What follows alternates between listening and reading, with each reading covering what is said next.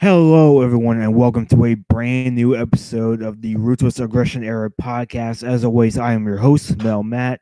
And before we go any further, some might be wondering where the Backlash 2003 episode is. Well, I was supposed to do it with Mr. Dr. Sinju. Our schedules just have not been able to, just not been good. Hopefully, we'll try and get it done sooner rather than later. So hopefully we'll get that done. But in the meantime, we're going to go ahead and just kind of skip forward a little bit to Judgment Day 2003. And tonight's guest is TakersMinion. How's it going, Taker? It's going. It's going. I mean, I'm up. Got to get out of bed for this. That's okay. I don't have to work tonight, so that's a good thing. But I do have my dreaded sumo tonight, so again, I will not be in the nightly much. But I also have Extreme Rules to watch from last Sunday for my podcast. We'll get to that later. But a couple things I mentioned to you this past Saturday. Masa Saito passed.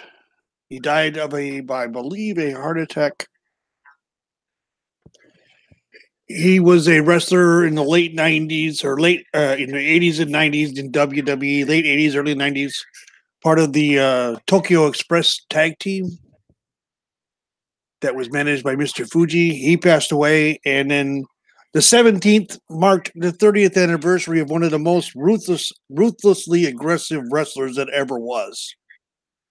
And that was Bruiser Brody, who was murdered down in Puerto Rico.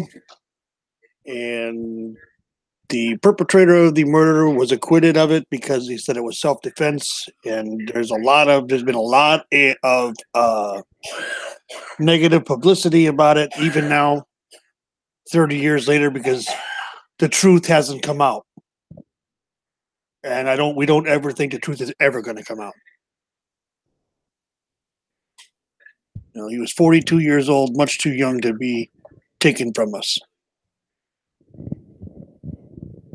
Now we guess we can move on to the task, and I say task with heavy emphasis on task at hand. So, Taker, was this your first time watching this particular show? What was my opinion? Was this my first time watching Judgment Day 2003? Yes, it was. And it will be my last. I can't believe you did this to me, Matt. I thought you were I thought you were my friend. I am. I need the guest. Oh God, this show. Ugh. My general opinion is that. Wait a minute. What is this current roster of creative doing, booking a show in 2003? They have the New Day's time machine. The New Day's time machine. They moved them back from this era back to it's like, to me, I watched some of the, I watched all the highlight portions about what led up to these men, and I'm like, these builds are making no sense at all. Unless they were trying to build some kind of angle in the tag match, which we might as well start at the beginning. The tag match. Well, before we do that, Stone Cold came out to cut a promo very briefly. Yeah. Well, actually, before you even do that, something I always like to do, I like to talk about the set design and the theme songs. It's just something I like to do. What you think about the set design for this show? The exposed scaffolding was nice, but it wasn't the first time that it was used. I believe it was used on other shows as well. Like I said, I didn't do much research into all of that. I'm not into it like you are. I'm not going to lie.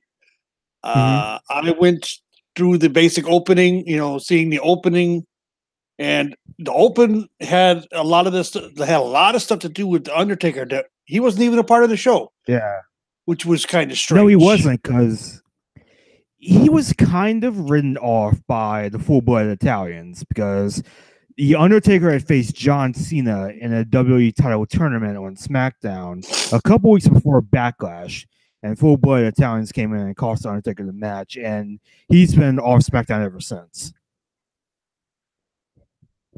Okay, but like I said, all the hangman nooses and all the stuff and the little girls and all that was stuff that was Taker oriented. And I'm like, right, like that's something that I used when he came back as Biker Taker in 2000. Yeah, which was not my most favorite character. Vroom vroom Taker. Watch it. I'll send the druids after you.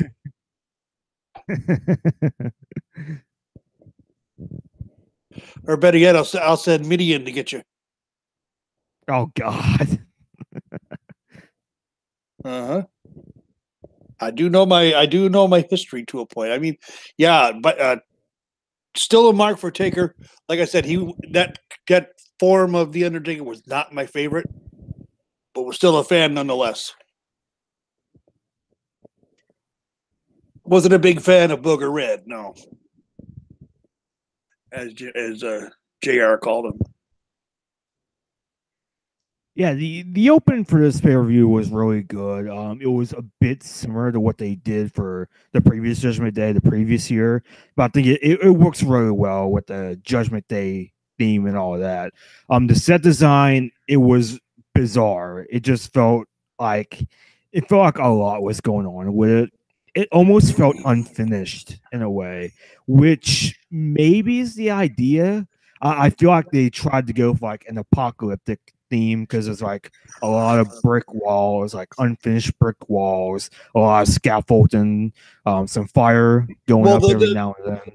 Well, the scaffolding, that was, it was called the gallows, but the gallows was actually, what the hell is it? This gallows was up on the top side, but the platform, I did the hangings. Hence, you saw the hangman nooses and whatnot, and the scaffolding and the gallows at the very under the open, and then the scaffolding exposed. Maybe they were trying to draw something from that as well. Yeah, maybe so. I see what you're saying, that a lot of unfinished stuff, but if it's cataclysmic end of days type stuff, there wouldn't be people out there trying to fix everything, because everybody would be gone. Yeah, I feel like that's what they're trying to do here. Like, it's like a destroy kind of thing, I think. Mm-hmm. The music, as far as the theme song, the music I'm not really into. We know this. Mm-hmm. I'm not a metalhead like you. I mean, another stream, I was asked this morning if I am a fan of Slipknot, and I said no. I'm from Iowa, so they're from Des Moines, so I should be a fan, I guess. And I'm like, no, that's not my kind of music. No. They're actually pretty good, actually. Well, like I said, not my thing. Me and Angel have a lot to teach you, Taker, about Slipknot. Angel respects my taste in music and understands that I'm old. And my tastes are my tastes. Yeah. You've seen some of the first. I don't have I have a device, but I don't use it, so I make up a list every once in a while of my 5. I do 5 every once in a while. And yeah, I do it every day as well. I don't do it every day. I do it like once, maybe twice a week, just to feel like I'm contributing somewhat. But anyway, shall we get on to the first match? Should we get on to the matches so we can speed through this show? Because you're going to hear a lot of negative from my side. A lot. Yeah, I can speed through these couple things very quickly. There was no theme song for this pay-per-view, which was weird. First, Ruthless Aggression era pay-per-view did not have a theme song, so that was weird. Stone Cold comes out for a very brief promo, just welcome everybody to Judgment Day, and saying that he's going to be in a luxury skybox. Which that was some of the greatest cutaways, backstage stuff they had going on with him and Bischoff. Yeah, we'll talk about that later on as we get to them. But yeah, those were entertaining. So the first match, this is such a weird match. Okay, so it's Brian Spanky Kendrick, Chris Benoit, and Rhino versus John Cena and the full-blooded Italians. There's John Cena's heel run that everybody wants. John Cena was a heel when he first debuted. After he had the match with Kurt Angle, he turned heel. He had to run with Taker as a heel. Yeah, he did, and that's actually like Cena's next pay-per-view match after this. So, and people don't remember. Yeah, but do you know what the saddest thing about this whole particular spot in Cena's career is? That he's in the opening match on this show, and literally just a few weeks prior at Backlash, he was challenging for the WWE title against Brock Lesnar. Like, he goes from WWE title match to opening match. How many times have we seen this recently? Like in the last 3 years? How many times have we seen someone go from a main event match to pre-show? Yeah, it's been quite a few times. I was trying to think of who exactly has done that. New Day recently, they were always on the main shows, near the top of the card. Like they were the main attraction for tag teams with whoever they were wrestling, and then all of a sudden, just this past pay-per-view, they're on a pre-show in a 6-minute match or an 8-minute match, I guess. So there is precedence. We have seen this before. Does it make sense? No. But this is WWE we're talking about. Has it ever made sense? Recently, no. Has it made sense in the last 15, 18 years? I think. But yeah, so I don't remember the whole build other than the fact that I guess Kendrick had some issue with FBI. Yeah, this is like a combination of feuds, kind of. Really, the only feud here is Kendrick and Cena, because Brian Kendrick comes out and has a rap battle against Cena and does better than him, so Cena attacks him, and that's how Brian Kendrick got the Spanky nickname, because his rap name was Spanky. Okay. And the full-blood Italians, for some reason, SmackDown feels the need to push these guys because they've been on an absolute rampage lately, because they've taken out Undertaker and they've taken out Nathan Jones, and now they're targeting Rhino and Chris Benoit. Yeah. It's nice to see Benoit. They can't erase him completely now, can they? No, and I mean, what's so strange about this version of the FBI, because the FBI was a faction in ECW, right? And the whole joke of the original ECW stable was that only a handful of the members were actually Italian. Like, I think like Little Guido and a couple others were actually Italian, and the rest were just like posers. Mm-hmm. Here, there's no kind of joke there.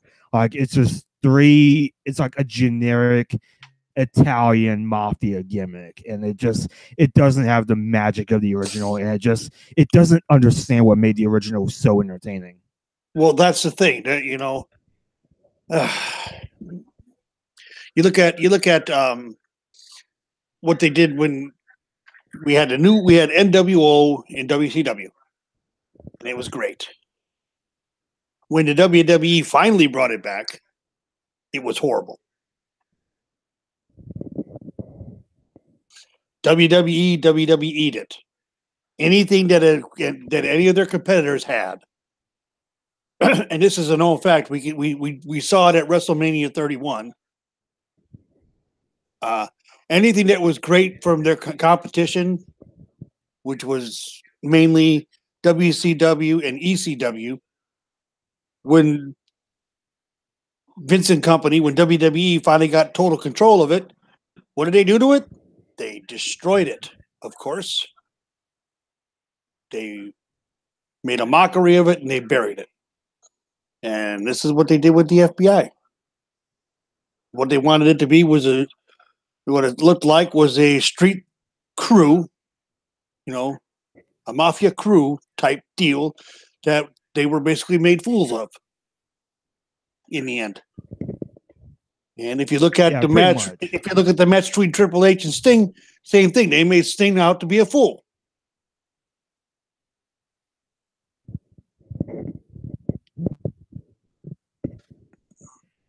And still, so I mean, he had what, 3 matches in WWE, lost them all, and went into the WWE Hall of Fame based on his WCW work.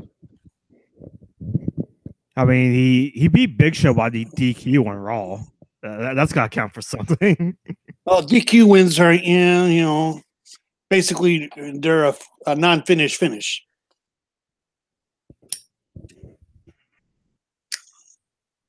But I mean, he won 2 matches on Raw. I mean, come on. Yeah, both by DQ. No, he tapped out Seth Rollins because they made a tag match. Him and Cena versus Seth and Big Show. Well, yeah. Yeah, but I'm thinking in singles competition, Sting didn't win a match. Other than by DQ. But it is what it is. Like I said, WWE will take something that was good or great by some other promotion and destroy it. Now, although they're going against their normal thing with this Woken Matt Hardy. Yeah. And it's basically the same gimmick. Yeah, it's basically the same gimmick as Broken, but they're not screwing it up yet. And it's been going now, what? A good 4 or 5 months now?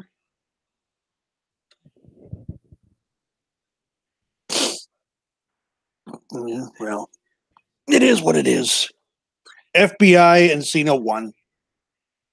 Numbers game. Like there's numbers game in the end. Yeah, like there's not much to say about this match. This match is 3 freaking minutes. Like Kendrick ends up diving onto the heel team on the outside to start. The FBI work over Kendrick. Benoit does get the hot tag. Rhino Gore's Nunzio. Full-blooded Italians pin Kendrick to get the win. This is basically a match. This is basically a match that happened. This is a Sunday Night Heat match. It's not even a Sunday Night Heat match. It's a Velocity match. That's what this is. Oh no! How about Thursday Thunder from WCW? Oh God! Shotgun Saturday Night. Oh God! Just as bad. This match had no business being on a pay-per-view card at all. Well, it was Super Cena, They were trying to push him as a top heel, and it didn't work because he got a face pop when he came out. So we still had the dregs of the cool heel thing going on at this point. Yeah, and it's maybe because of his raps. Yeah. What was the next match? Well, we do have a little promo first. Eric Bischoff comes up to Stone Cold Skybox and forces him to share with him since their GM thing is 50-50. Yes. Because this was during a time where Stone Cold became co-general manager of Raw. Mm-hmm. Like, what, 3 weeks before the pay-per-view or something like that? He was appointed. Yeah, like he was appointed. Backlash. Yeah, he was appointed by Linda. Yeah. because Bischoff has been on just an insane tirade. He's fired Stone Cold for medical reasons. He fired the leader for refusing to pay. Jim Ross ended up quitting over the whole Stone Cold thing. Like he put himself in a match with Trish where if he spend the night with him in a hotel room, like Bischoff has just been out of control. Stone Cold is here to set things right. Yeah. Yeah. And like I said, each one of those vignettes in the skybox gets funnier and funnier as it goes along. That was a hype one. I was getting to the point where I was looking forward to those. Oh yeah, same here. I think Stone Cold and Bischoff had a lot of chemistry together. They did. And the history you brought up, Bischoff firing Stone Cold for medical reasons. That's what happened in WCW. Yeah. And it was legit too, because Stone Cold really didn't have to retire. There was legit heat between those guys. Yeah. I'm amazed that they were able to actually pull it off in the skybox without Stone Cold going shoot on him and beating his ass. Well, Stone Cold and Bischoff had they had made up prior to No Way Out. On camera. Well, on camera, but in real life they had made up this year before this. Oh, okay. That I was not aware of. Yeah, I think Stone Cold does talk about it in his book, from what I remember. Yeah, but what Bischoff thinks is made up and what Stone Cold thinks is made up are two entirely different things, because Stone Cold still has has harsh words for Bischoff today. Mm. No, I don't know. Everybody. Yeah, but I don't know if that's a work or a shoot. We don't know if it's a work or a shoot. Right. But yeah, then we had another tag match right after that one, didn't we? Wasn't that the ladder match? Yeah, we moved. No, it wasn't. Yeah, one thing. Yeah, you just brought something up. I just realized the first 3 matches on this card are all tag matches, which is interesting. Yeah. So the next match is Test and Scott Steiner versus La Resistance. Whoa. Raw what? I think. La Resistance.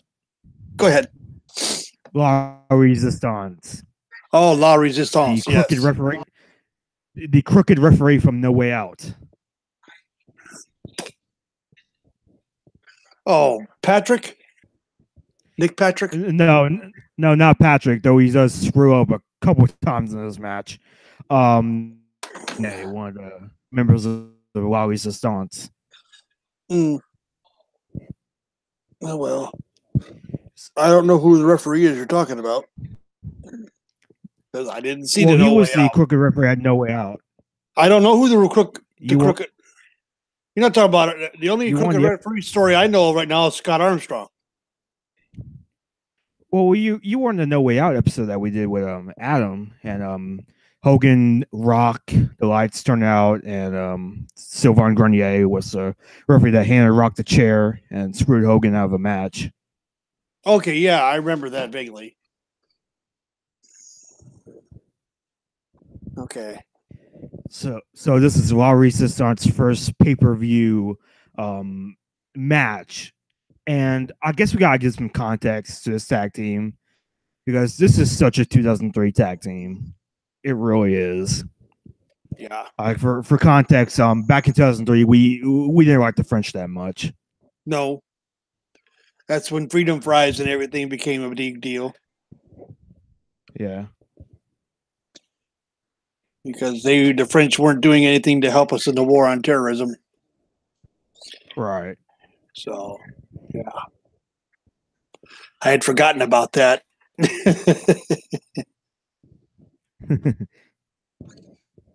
So, anywho.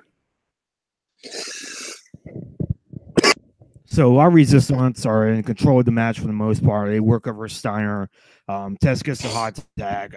Stacy Keeper ends up getting knocked off the apron. Steiner saves her. Tess accidentally big boots Steiner. Steiner gets hit with the French connection for the win. Right. Steiner math. You know, that's a running joke with a lot of people. But I thought that there was something there at the end of that match because after it was over, now I knew that they had past history, Keebler and Steiner on screen. Mm-hmm.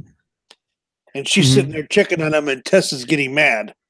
And that could have been some groundwork laid into a feud with those two, but I don't think that ever materialized. It did. Over Keebler. Yeah, it did because at the next pay-per-view, Bad Blood, they do end up having a match over who gets Stacy Keeper's managerial services. They end up having another match at Unforgiven as well. So they do feud throughout the rest of the year over Stacy. Okay. Now, mind you, this is back when they didn't have 12 pay-per-views a year either. Yeah. So sometimes you would have 2 months in between, which was good. You know, which is what I like about what I'm watching right now. The dreaded bad word in your eyes. The thing that you say is affecting my brain. Judgment Day? No. Sumo. Oh. He says it's affecting my brain. Tell him I said it's affecting my life. Yeah, now else says it's affecting my life. I'm sure you heard that. Yes, I did.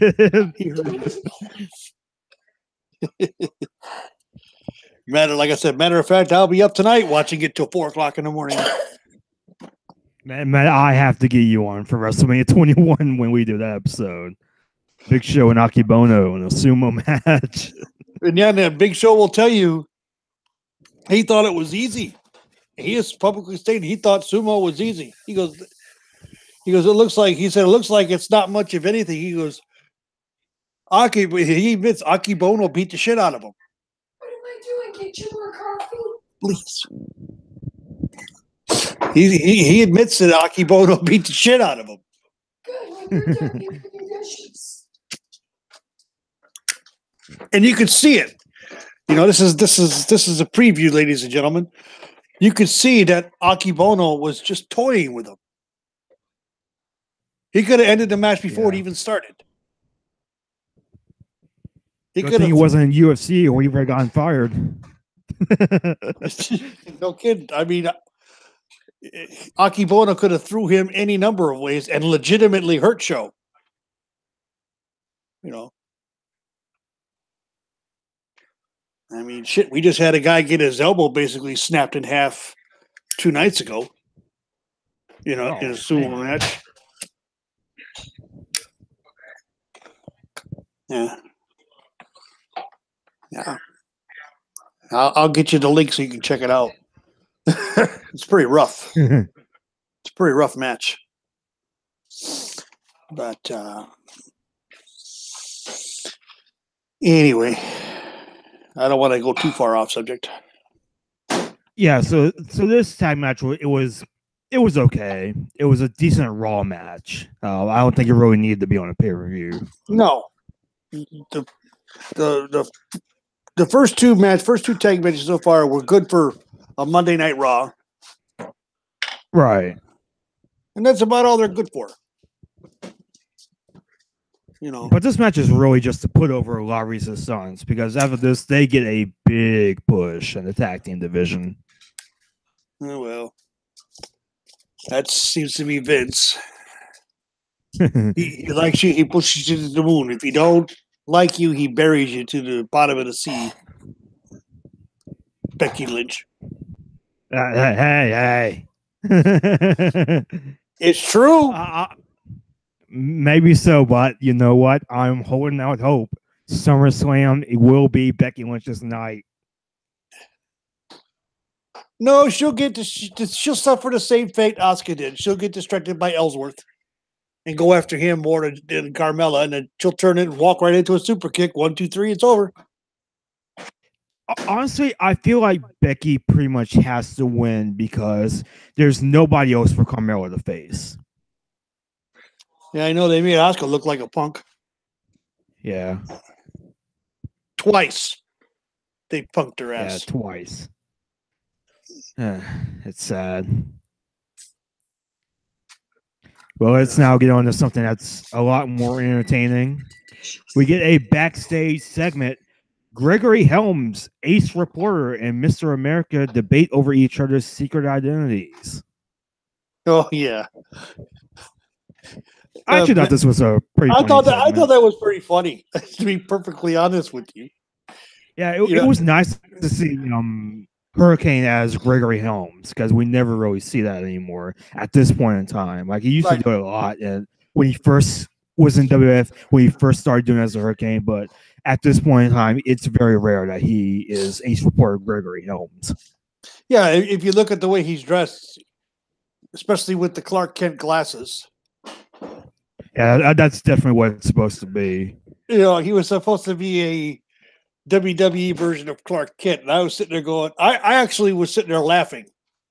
So yeah, if that was supposed to be a comedy spot, it worked. Yeah, I think so as well. Worked.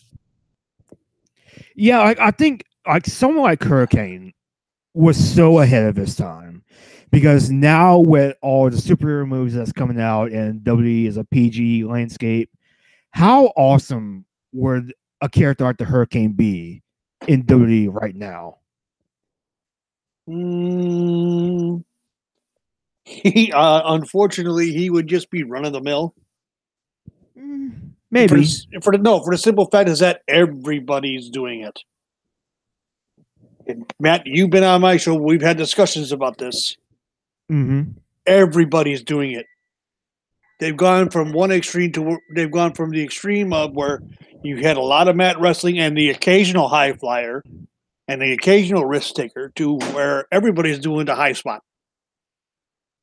And I mean, you got Charlotte that's what 6'3", doing moonsaults off the top rope.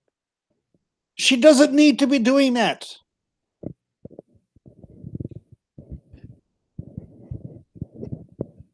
No, I mean, it almost ended Orton's career. He had to change his career because his shoulders got so tore up doing the high spots off the top rope. He and everybody thinks his wrestling style is boring. I'm like, no, his wrestling style is what he's supposed to be doing.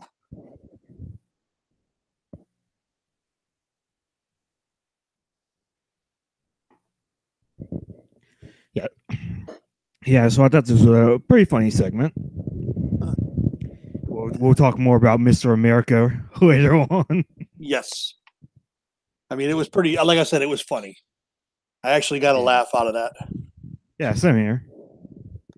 So then we cut to backstage. Josh Matthews interviews Eddie Guerrero, and he reveals his new tag team partner to be Tajiri. Yeah. Surprising. They made him a member. Made him a member of Los Guerreros. Yeah, because at this time, Chavo had torn his biceps in a dark match on SmackDown about a week or so before this. So Eddie had to find a new tag team partner. Yeah, it was legit. That was a legit injury. I went and checked it out later, and yeah, it was a legitimate injury. So that was the beginning of the end of Chavo, though, with WWE. Because he had a reputation of being injured a lot. Yeah, a little bit. Like Chavo did have like a pretty storied career. Now that I think about it, because he became Cruiserweight champion. He even became ECW champion, which is so bizarre to me. Yeah, bizarre because it is, once again, there's Vince. I'm gonna bury ECW, and he beat CM Punk to do it. Yeah, one of the strongest, one of the pillars of that promotion for many years. Yeah. And speaking of extreme, next matchup is Team Angle versus Eddie Guerrero and Tajiri for the SmackDown Tag Team titles in a ladder match. Yeah, rather interesting match from start to finish, and I think on this one the right team won. Oh yeah, totally. And I feel like even if Chavo wasn't injured, they still would have won this match anyway.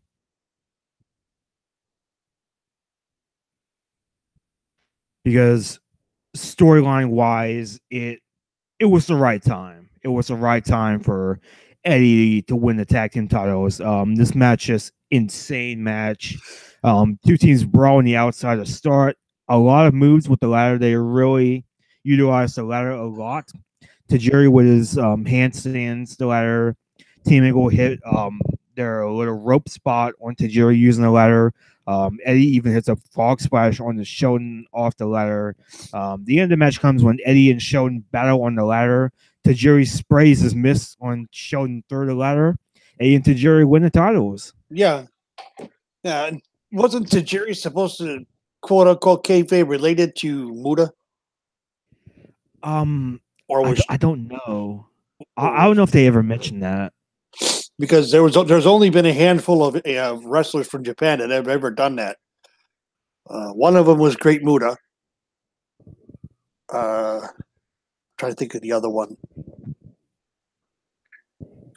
That one. Both of them are. He's still wrestling today now too, and I can't think of his name. I'm drawing a total freaking blank.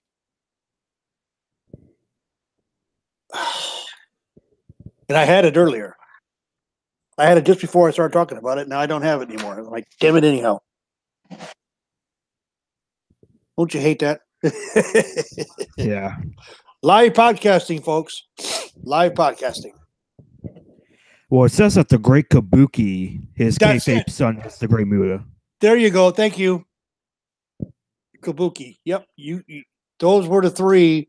Those were the two that I knew of that did it. But Kabuki also could do red. He did both. Yeah, Red. I have seen Red Mist meet. I've seen Red Mist. And that is technically the mist is illegal over in Japan. Wrestlers get disqualified for it. For using it. So, but yeah, the green mist wins the match once again. That is one finisher that no one could seem to recover from, which is surprising to say the least. That going back to women's to WWE current roster women's wrestlers, they have a character in Asuka that could, if turns heel and becomes more like her Kana character with the painted face and whatnot, could go to that as a way to win. I could see that. I could too. I mean, I'm not against a heel turn for her. Unlike some people, unlike some people in the room here, when it comes to certain wrestlers, Becky Lynch. What are you trying to say? Turning heel. You are just Booker. No, Booker better is not a good enough argument. I will debate this forever. And more often than not, you wind up admitting that I'm right.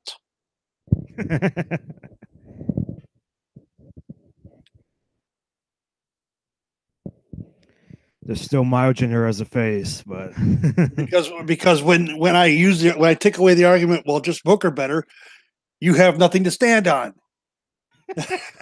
Do you? Well, she's still over despite crappy booking. Yeah. And yet again, Fizzy has said this before on his show. Don't draw attention too much. Fans do not draw attention too much to your favorites because Vince will turn against you, i.e. Roman Reigns. Yeah. I.e. Daniel Bryan, Bayley, Becky, Sasha. Every one of those names I just mentioned have been people that have been fan picks to be something, and the company has turned around and basically screwed them over. And even back in this during this pay-per-view, after this tag match with Team Angle, this was the beginning of the end of that. Yeah, because he turns heel like right after this. Who what? Eddie turns heel like after this match. Like I don't think right after it, but very soon after. Right, and Team Angle basically falls apart and breaks up. Well, they don't break up. Like they break away from Kurt Angle, but they don't. They still stay together for the rest of the year. Yeah, but I'm saying there's tension. Tension has already developed between them and Angle because Angle's not at ringside in this match, which is a big thing if you think about it.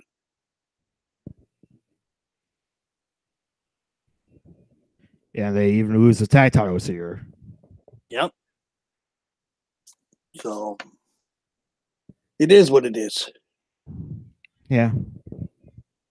This was so far going through what we've just talked about, the first three matches. This is the best of the three.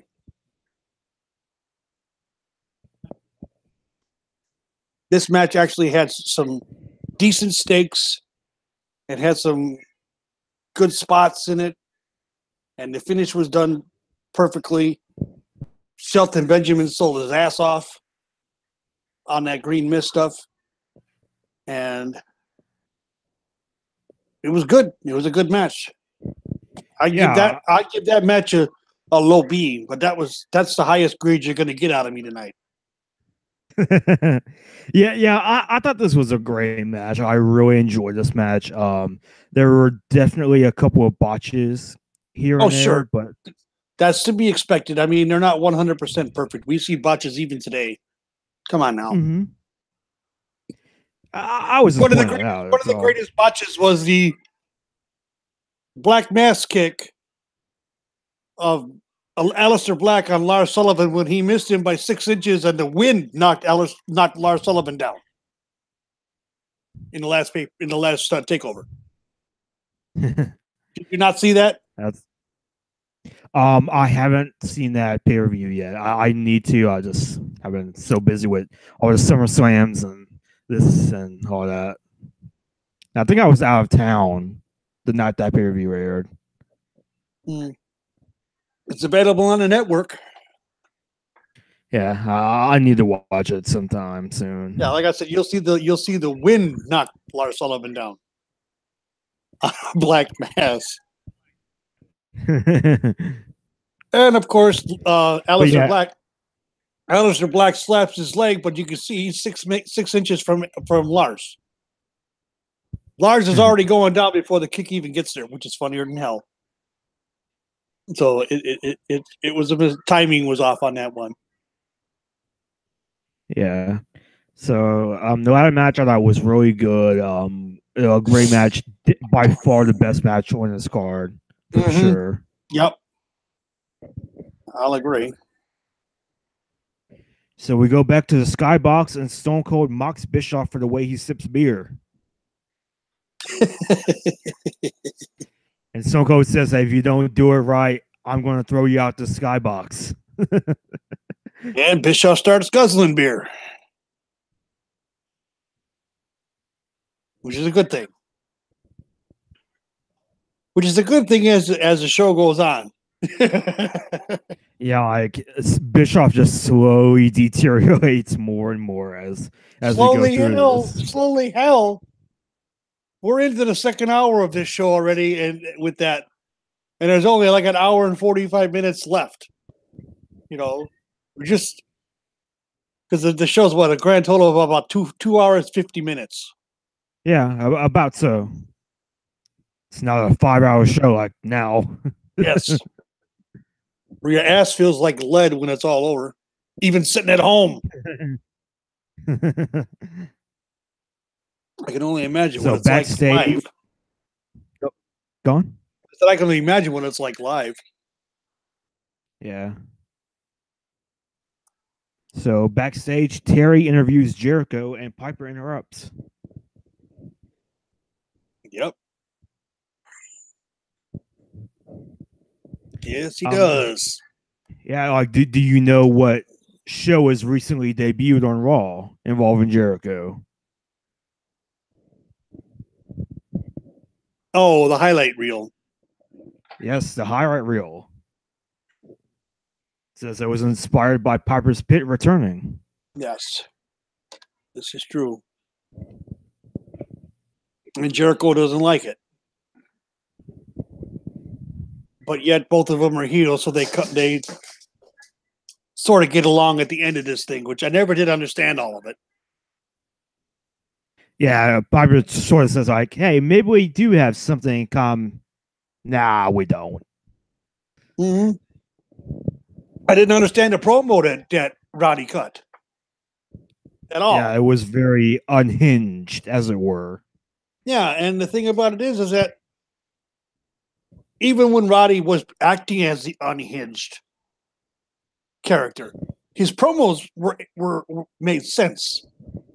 This one made no sense, really. He's sitting there. First, he's busting on Jericho. Then he's talking about Mr. America. Then he's talking about Hogan. Then he's talking about Jericho again. And it's like, dude, stay in your lane. Pick a topic and stay there.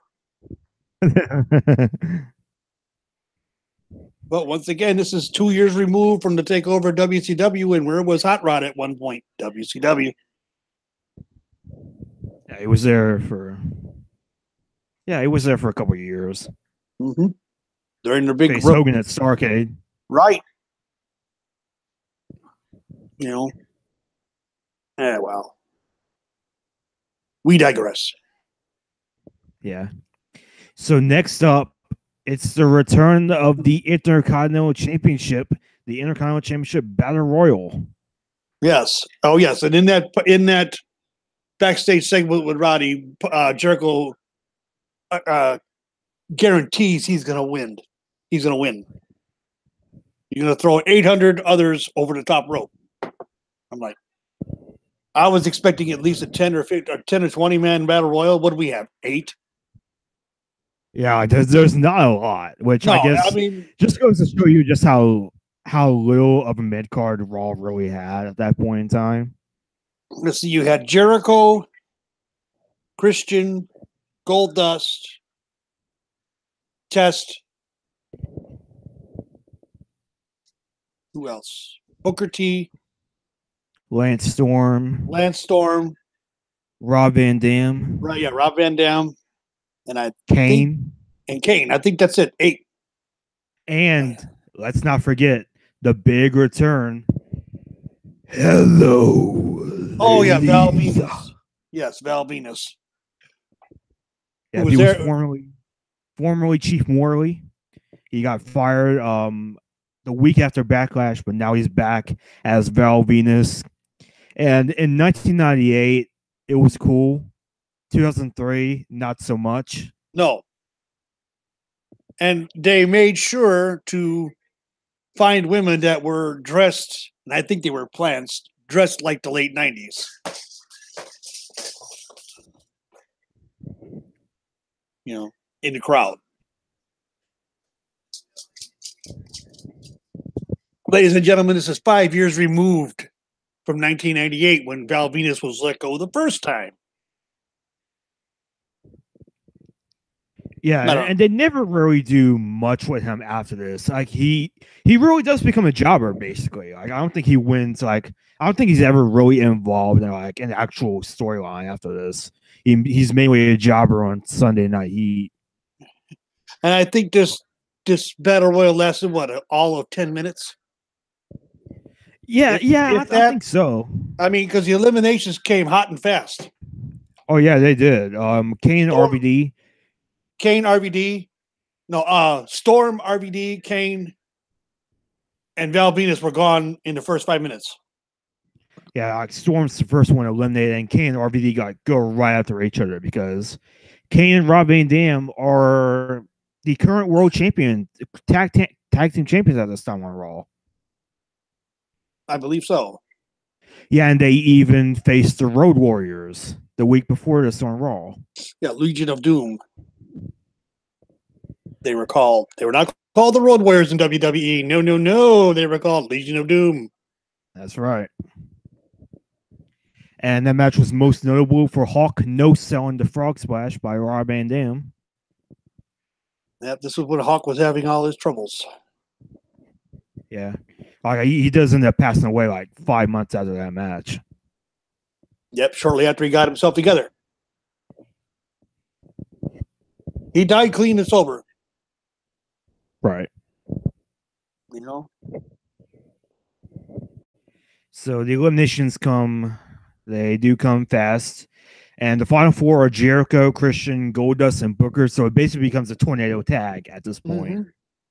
Right, because you got two former tag team champions, Goldust and Booker T. And then you got Jericho and Christian also Jericho, at the top point. Jericho and Christian, who had tagged in the past. Yeah. I don't think they ever had gold, but they did. Okay, and they were Canadian. I think they did. Yeah, and they were Canadian, so they played on that. Right. Yeah, they did have the tag titles. They won it in October, like the week after TLC 2002, and they held them until Armageddon 2002, where they lost it to Booker T and Goldust. Right. And then, so of course, we see they get to Christian and Jericho get set up for the Shattered Dreams, which is a move I wish they would allow him to do now. I mean, it's not that bad of a move, really. It looks more vicious than it is. I mean, it's pretty much a low blow. Now. But he's not kicking them in the crotch. He's kicking the turnbuckle under him, the pad. Right. So he's driving the pad into him. So it's not so much a low blow, per se. Well, I mean, like kayfabe, it's supposed to be that. Nah. But Goldust gets eliminated, and it's a 2-on-1 with Christian and Jericho on Booker T, and they're having their way with them, beating the holy hell out of them. And Jericho goes for a lion salt, and Christian eliminates him mid-lion salt. Yes, which was great. Yeah, I love that. Yeah. Meanwhile, there's only one referee, which I never did understand. Most battle royals have 2 or 3 referees, and there's only one, and it's Chad Patton. Yeah, that's what I found weird as well. And he winds up taking a bump. And so Booker T does end up eliminating Christian. Pat Patterson actually does go to award Booker the title. Christian knocks him down, knocks out Booker with the title, and eliminates him to win the Intercontinental title. Yep, and Ross is having a heart attack over it because Booker T got screwed again, which is true. Yeah. And this does kickstart a feud between Booker T and Christian over the Intercontinental title. Which I think in the end, Booker T does finally win. Yeah, he does. If I recall correctly. Yeah, a couple months after this on Raw, he ends up winning the title, but he ended up dropping it at a house show like shortly thereafter because, a nagging back injury. Right. Right. But they do acknowledge that, and that's one wrestler I think should have been a Grand Slam winner, but never made it. He had the world, he had the tags, and he had the Intercontinental. Christian? No, Booker T. They won't count. They won't count the U.S. title run he had in WCW. I'm trying to think if he had it in WWE. I don't think he did. Let me check real quick. Because I know he feuded with John Cena over in 2004, but I don't know if he ever held it.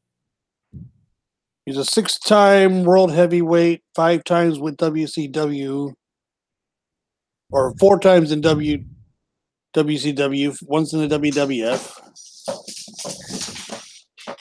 He had Yeah, it says he held it 3 times.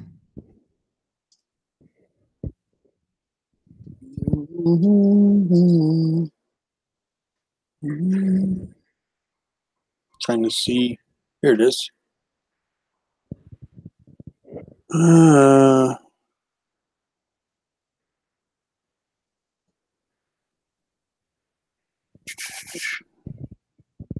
Let's see. I'm going to go down to the bottom here. Championships and accomplishment. World Wrestling Federation Entertainment. World Championship title once. World Heavyweight Championship once. Intercontinental. U.S. Hardcore. 3-time World Tag Champion with WWF. Once with Test, once with Goldust, once with Rob Van Dam. Yes, he's a 16th Triple Crown and a 9th Grand Slam. Right on. Yeah. That's the last 2 pieces of information that are on Wikipedia, ladies and gentlemen. Plug. Sometimes it is right. Yep. Yeah.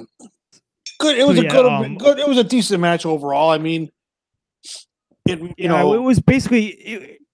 But the question it I was have, a typical battle royal. The question I have is, why was the title eliminated in the first place? Whose brilliant idea was this? I don't know who it was in real life, but storyline wise, Eric Bischoff was like one show, one champion. A title unification match happened at No Mercy. Kane and Triple H ended up winning, and the Intercontinental title just kind of disappeared for some reason.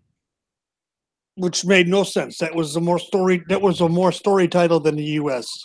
Oh yeah, same here. But it was if you think about it, the US title.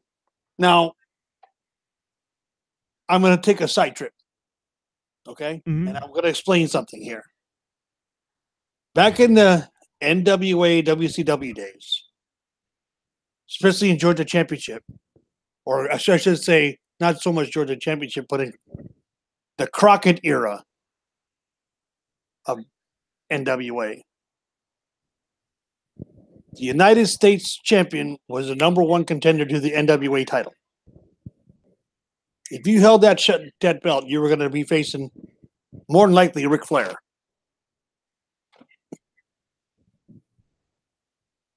And Bischoff was a WCW guy. So I don't know, we can say, and I'm saying this, in the shoot world, Bischoff was still a WCW NWA guy. In the kayfabe world, he probably had a dislike of the IC belt because it stood for everything that basically destroyed the company he was trying to make. Hence, I believe that was the kayfabe reason that he made the IC belt go away. It is what it is. Yeah. Because and the WWE even says on screen that he abolished the title, so that very well could be it. Yeah. So, and I never did understand the whole reason behind it. I knew it had gone away for a few months, which I think destroyed its prestige, and it took a long time for it to get back because that was the workhorse belt for a lot of years in WWE, the IC title. Mm-hmm.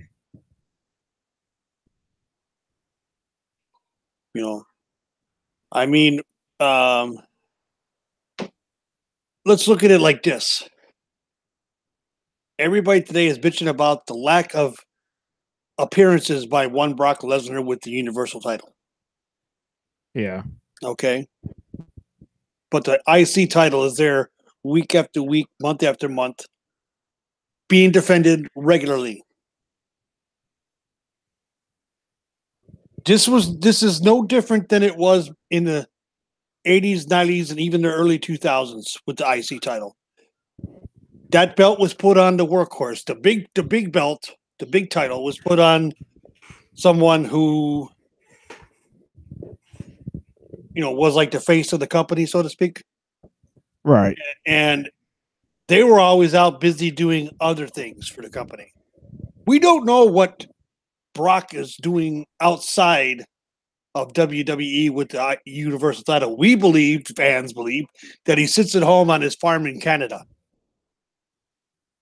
Maybe so. But that also could be the farthest thing from the truth. Because we don't know. Yeah. I tend to believe that's what he does, because if he's going to show up somewhere publicly, there is going to be announcements made. Right. And the thing with the Intercontinental title, it was always like a stepping stone title. Like whoever Right, it was the won IC the title title would usually go on to win the world title. Right. Would win the big title. That was, they carry the load. Right. Like guys like Rock, Stone Cold, Shawn Michaels, guys like that. Or Bret Hart, Razor, like you said, Shawn, Warrior. Mm-hmm.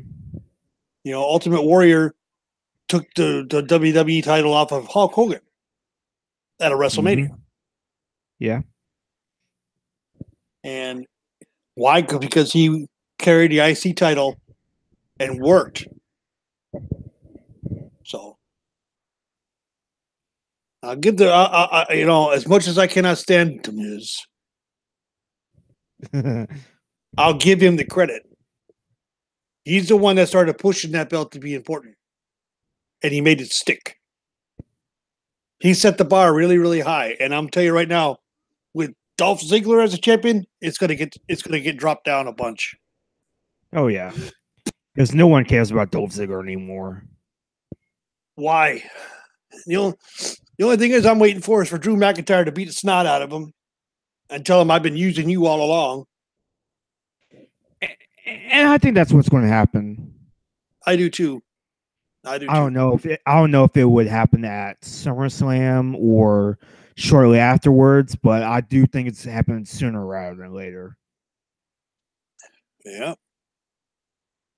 Because McIntyre admitted what his job was Monday night. His job was to keep the belt around Dolph's waist. What a horrible job that is.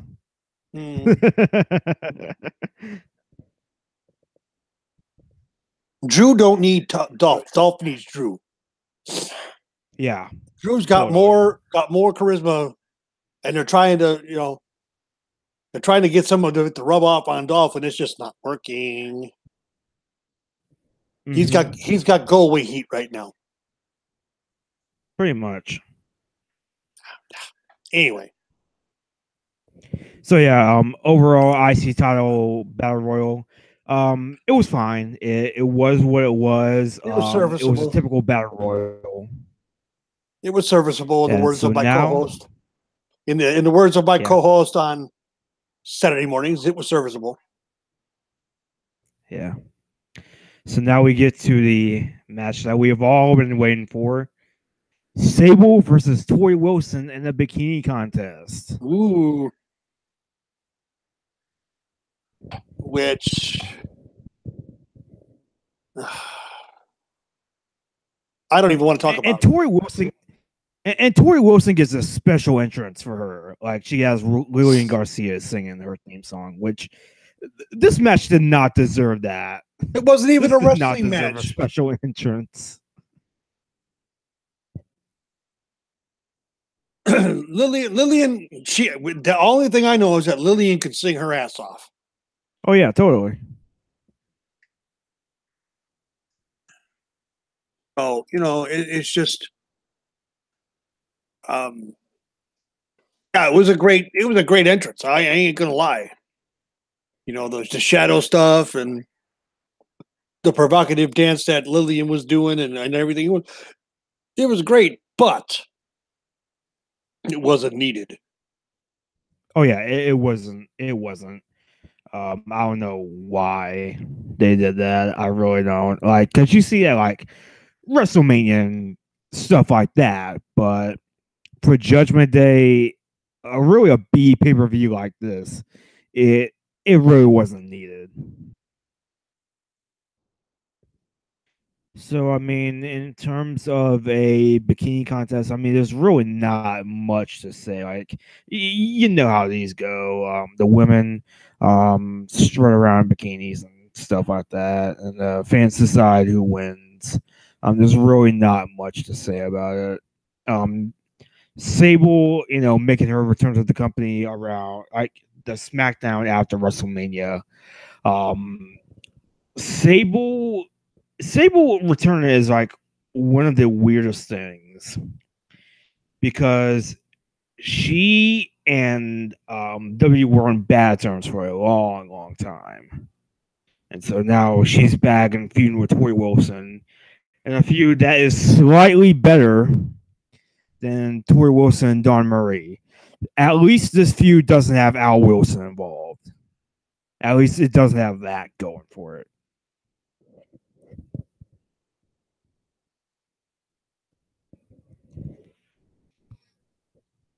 So yeah, I mean this match. I don't know if you can call it a match, but the contest it was what it was. It was. I don't know what to say about it. Yeah, 15 seconds. Sable. That was a hell of an outfit, a hell of a bikini she was wearing. And then you got Tori Wilson comes out in the full granny type bottoms and top, but you could see there was something else underneath. Yeah. And I was expecting to, while she was doing her bump and grind stuff, for that one to come off and reveal the one. But oh no, when they go to do the second, because it was so close the first time, they go to do the second vote too. Wait, I forgot. I've got a little bit more. I wasn't quite finished. Yeah, I wasn't quite finished. And of course, Taz lets her go and Sable doesn't say anything. Then she takes off and reveals that 3 Band-Aids bathing suit.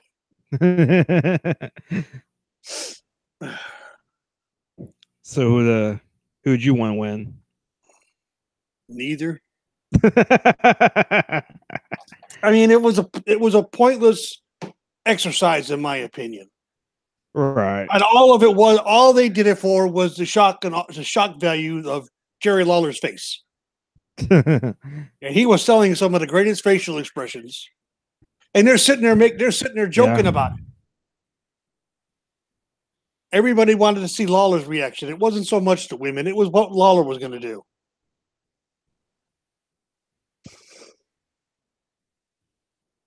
Here again lies Kevin Dunn in his misogynistic ways. Yeah.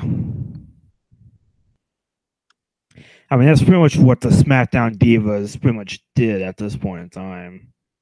And it's sad. I mean, the Raw Divas did too, but I think the SmackDown Divas more so. It was sad. Oh, yeah. Totally. It was sad. I mean, we look at, back then I was what? Jesus, let's see, I'm 54 now. I was 39 then.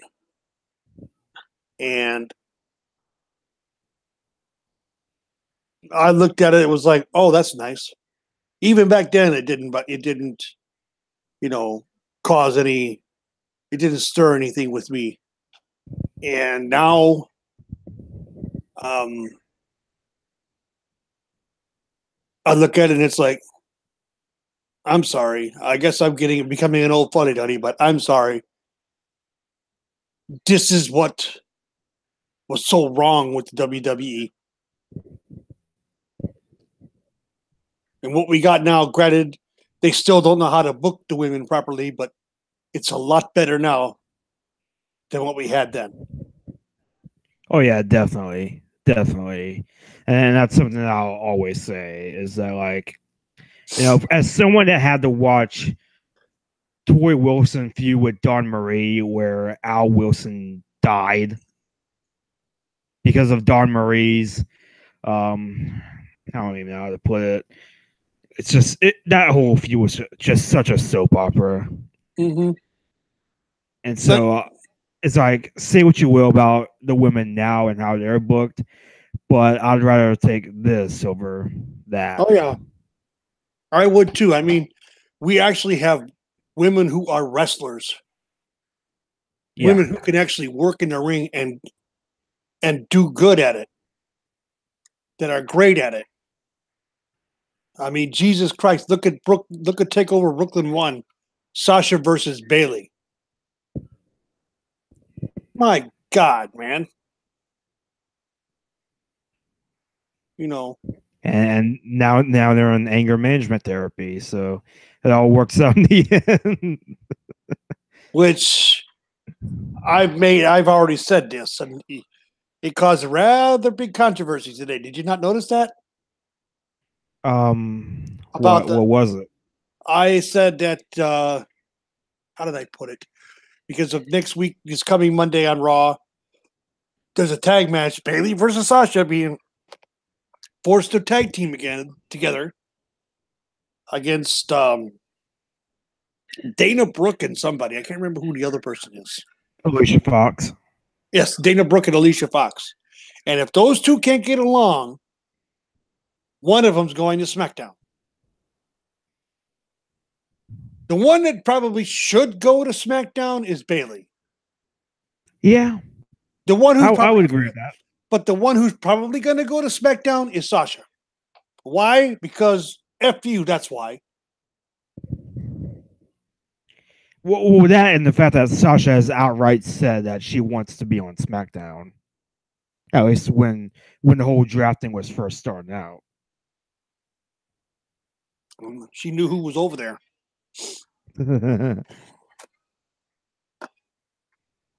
Hey, we all want. Bailey will benefit more going to SmackDown. Yeah, I think so. But I think we all want Team Bay to reunite. I mean, let's face it. Team who? Team Bay, best at everything. And that Sasha and Becky back in NXT. Okay, so you get Team Bay if Sasha goes over there. Guess what? Yeah, that was a heel tag. That was a heel faction. I've done my research, Matt. It was what about it? What about it?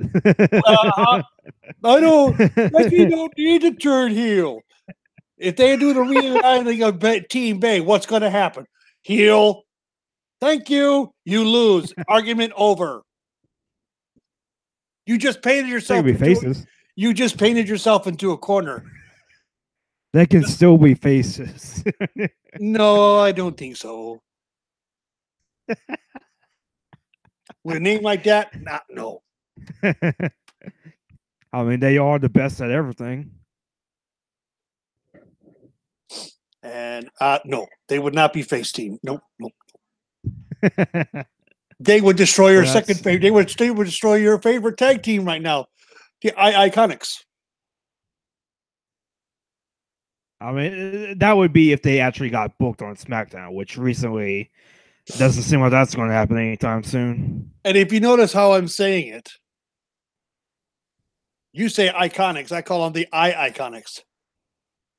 Taking a page out of, I can't think of the comedian's name when he was talking about Aaron. Key and Peele. Yeah, Aaron about Aaron Rodgers. So yeah, I'm going Iconics, and I do that all the time. I'm trying to get your goat. You're not biting, damn it. But yeah, that's what I said. The Iconics are going to be a pair of jobbers for SmackDown. It's already happening. It's already happening. Come on, Iconics, move the Raw while you still can.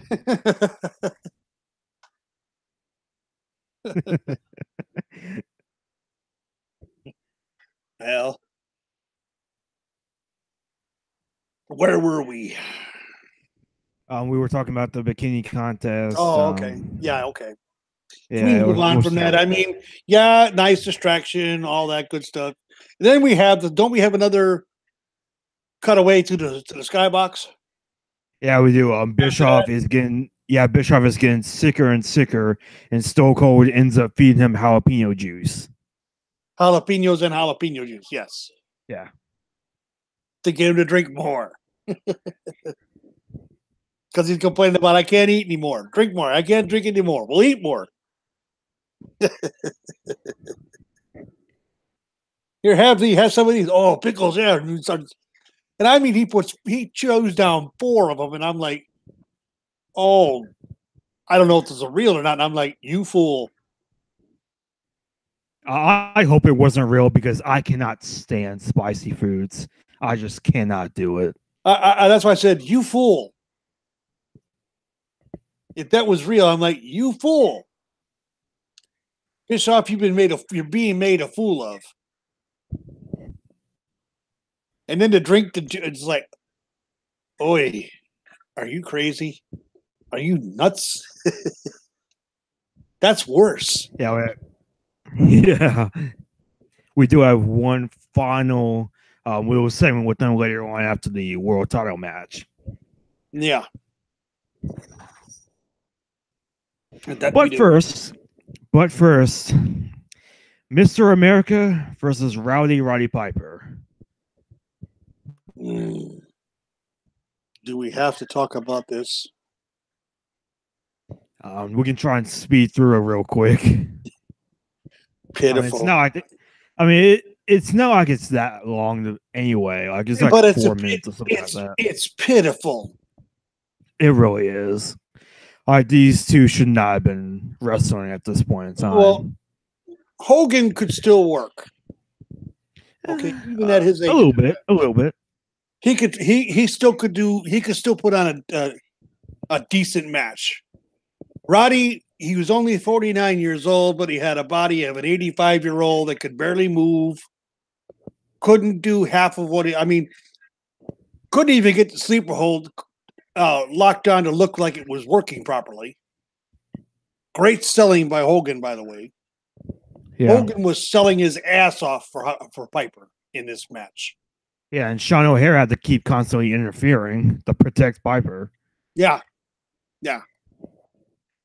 I mean, it was just Roddy, I love you. I loved you. But this was a match you should not have been in. I mean, it was just bad. Yeah, it really like this whole Mr. America storyline is bad because we all knew who it was. Yeah, and that's the thing. Like, I guess it's supposed to be like an old school kind of storyline. Like, didn't Dusty Rhodes do something similar?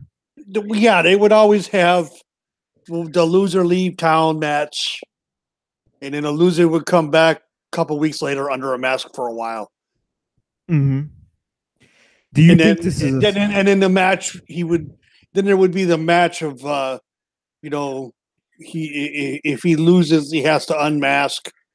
The hair versus mask versus hair match type thing. And the guy who had the mask always would lose and have to take the mask off, and it was who we thought it was. I don't know if they ever got to that point. I think just Hogan one time unmasked and said to hell with it. Because I don't think he liked wearing the mask in the first place. Yeah, like I don't know, like because the storyline never really had a proper ending. Like Hogan didn't want to be in WWE anymore, side creative differences. So one night on SmackDown, he unmasked, and the next week Vince uses that as proof that Mr. America was Hogan all along, and he ends up firing him. Mm-hmm. I mean, do you think that the storyline would have worked better in the old school days? Yes. As long as they would have had a match that had a payoff. And I do think that's what they were going to do, because I've always heard that they were planning on doing Mr. America and Vince at SummerSlam. That's what I've heard. And it never got there. No, but it wound up being that one-legged kid against Vince at SummerSlam, if I'm not mistaken.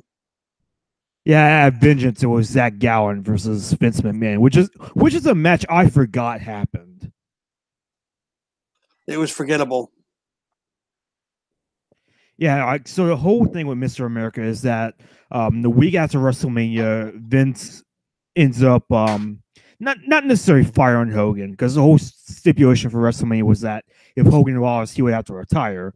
And Vince said, "I want to honor that, but it basically boils down to I'm not going to book you anymore. Right. Like, I'm just going to pay you to sit at home." And so, like, the week after Backlash, Hogan debuts as Mr. America, wearing a mask, and this is like the cheapest freaking attire for a wrestler. It looks like one of those like custom made, like pre-made creative superstars that you have on like one of the SmackDown games. Like, it has like America themed attire, like a star mask, red, white, and blue tights, eagle boots. Like, he just looks like a creative superstar on a video game. Oops. I'm back. I hit the wrong button. I was closing out some windows and I was like, what the hell happened? Because you all of a sudden, when you went dead, I look up, I was like, uh-oh, wrong one. So yeah, like Hogan as Mr. America, he just looked like one of those like pre-made creative superstars on like one of the SmackDown games, Yeah. with, like all the America themed gear. Now, granted, like you said, this was the whole thing. They were playing on the patriotism of everybody. You know, this is 2 years removed from 9/11. And yeah,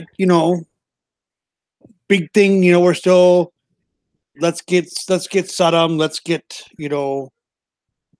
Osama, blah blah blah. And it's it gets tougher as the years go on, and that kind of character today, not so much. Not so much today. Yeah, I mean, it was very obvious that it was Hogan. And it was also a play on the Patriot. Yeah. But even at one point in this match, Hogan outright unmasks to bite Piper. Like, and Vince does nothing about this. Like, he never points this out. You clearly see Hogan unmasked in the ring. Mm-hmm. Like I said, I don't think Hogan liked the idea of being under the mask in the first place. I think that was to create differences. Yeah, I think so. I mean, they really should have just kept him as Hollywood Hulk Hogan. I mean, there was at least one good thing that came out of this whole storyline, and that was the lie detector segment on SmackDown. Have you ever seen this? No, but I heard it was funnier than hell. It's very funny. So they do like this whole lie detector thing where Mr. McMahon tries to prove once and for all that Hulk Hogan is in fact Mr. America, and Mr. America passes the lie detector test. Mm-hmm. So Vince McMahon says that, "Ow, if anyone can pass this, I can pass it. Hook me up." Mm-hmm. And so Hulk Hogan has said, "Oh, all right, are you the biggest a-hole on God's green earth?" Vince is like, "No." And he's like, "I am?" Yeah. Yeah. It's one of the greatest segments of SmackDown in a long time at that point. Yeah, it was very funny. It's like, at least I don't fantasize about the Mae Youngs of the world. Yeah.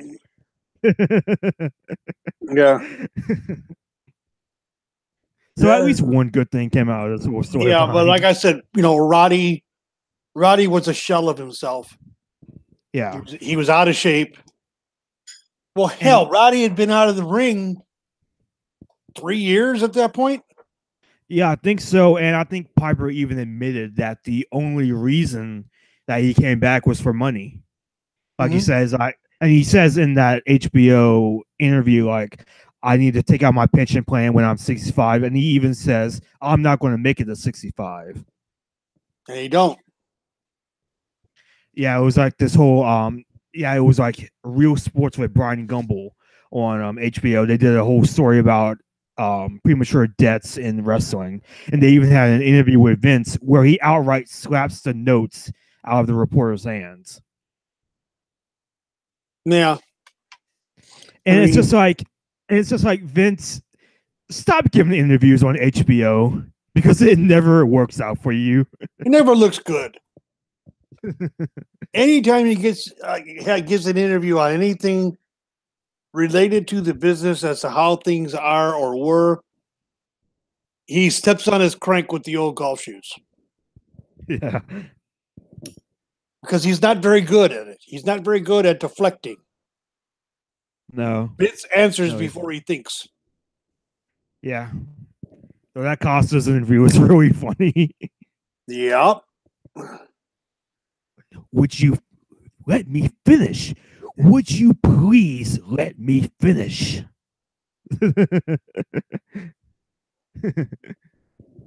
He was never good with dealing with media. No. Poor, I do feel bad for him at that point, but there's a lot of things I don't feel bad for him about. Yeah. So O'Hare goes to hit America with a pipe. Instead, ends up hitting Piper instead. America hits a leg drop on Piper for the win. Awful match. Terrible. Though Vince's reaction at the end is priceless. Well, the thing about it is that you forgot one key piece of what happened. Zach Gowen kept Mr. McMahon from entering the ring. Kept him from entering the ring, right? Which I'm surprised Vince didn't go after Gowen at that point. Yeah, I'm surprised as well.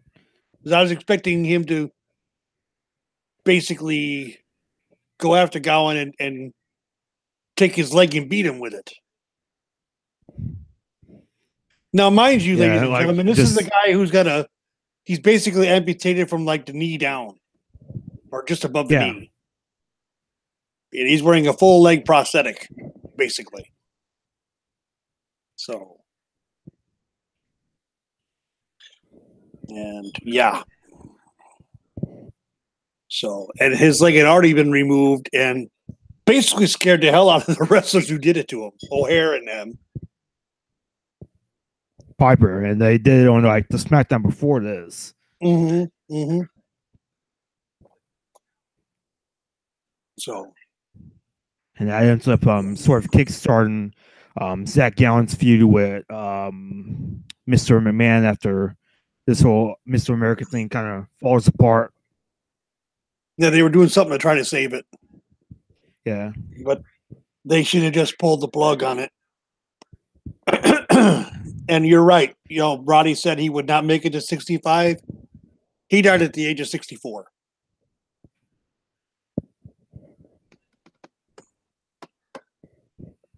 Was it 3 months or 6 months? 3 months after Dusty passed. Yeah, it was very soon after. Mm-hmm. That's when we had the slew of big-time wrestlers passing away quick. Mm-hmm. Dusty died. Roddy died. Black Jack Mulligan died. Yeah, pretty quick. So up next, Kevin Nash versus Triple H for the World Heavyweight Championship. Yeah.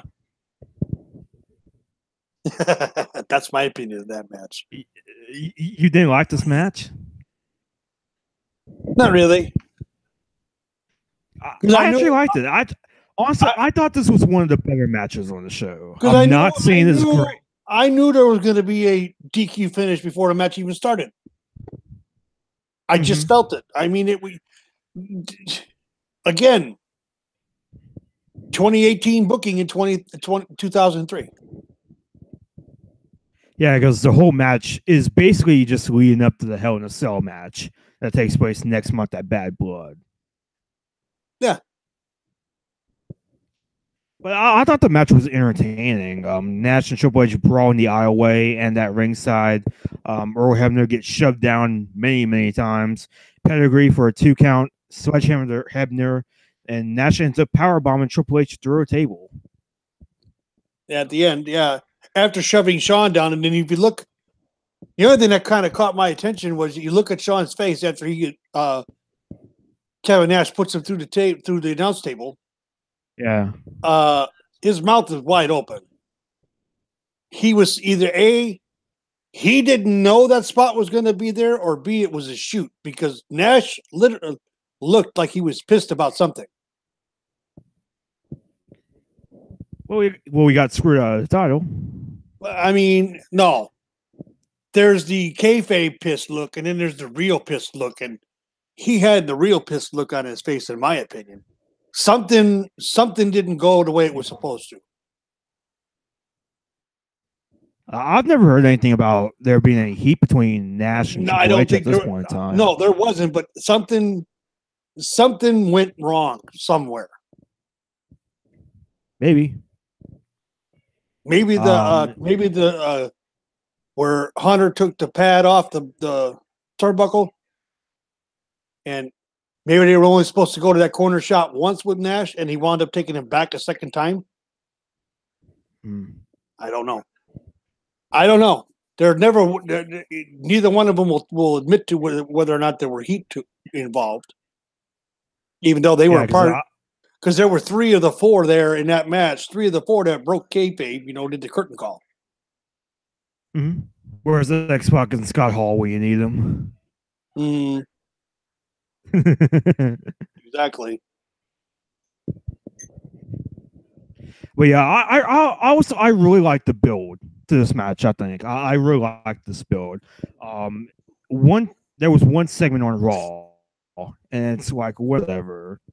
And there was a highlight reel segment with Triple H and Kevin Nash, and the two like brawl in the ring, brawl out of the ring, on the stage, backstage. It even ends up on the street where Triple H carjacks a guy.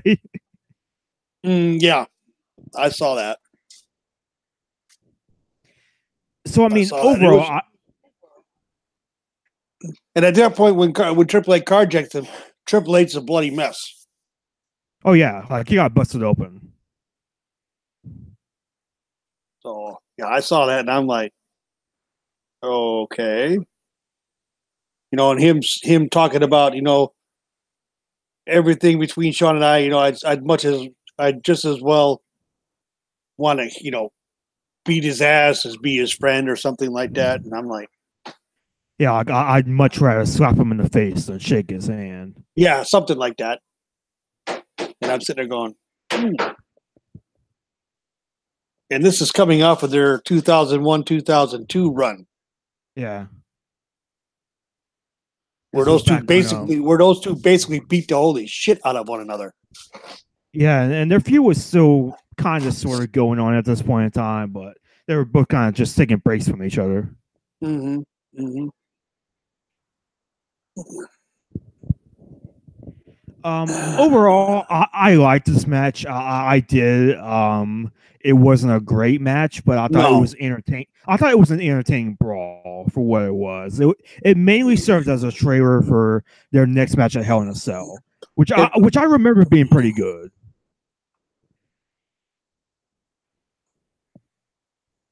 I don't know. Like I said, the Hell in a Cell match sounded like it was, the Hell in a Cell match is probably going to be great because I haven't seen it. I may have to go check it out, but